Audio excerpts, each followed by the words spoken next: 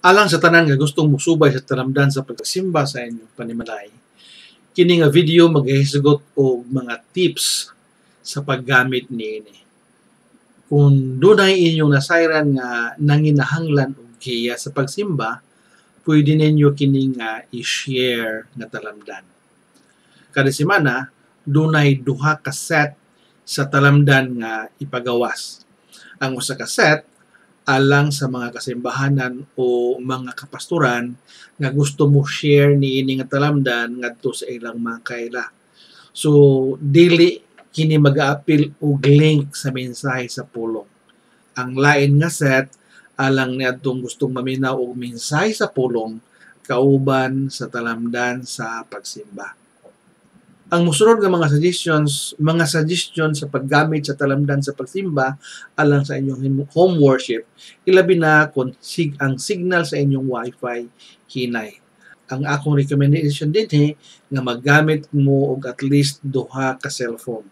Usa alang sa liturgist ug ang usa ka cellphone alang sa kapis alawiton ug sa duyog niini.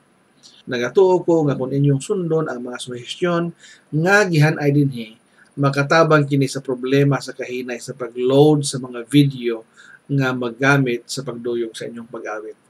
Sa inyong pag-open sa link sa talamdan sa pagsimba, mo kini ang makita nga hanay. Posible nga lahi ang itsura sa display diha sa inyong cellphone screen kay depende man kini sa brand nga inyong gigamit. Pero ang sulod, ang content sa talamdan parehas lang. Kung inyo nang makita kini nga talamdan, i-click kini nga link. Unya ang kasagaran nga mo display sa inyong cellphone mao kini.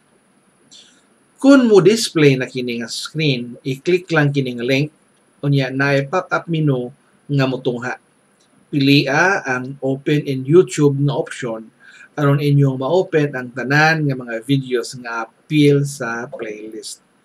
Kung tuwa na mo sa YouTube, patukara lang ang preload hangtod nga magsugod na kamo sa pagsimba.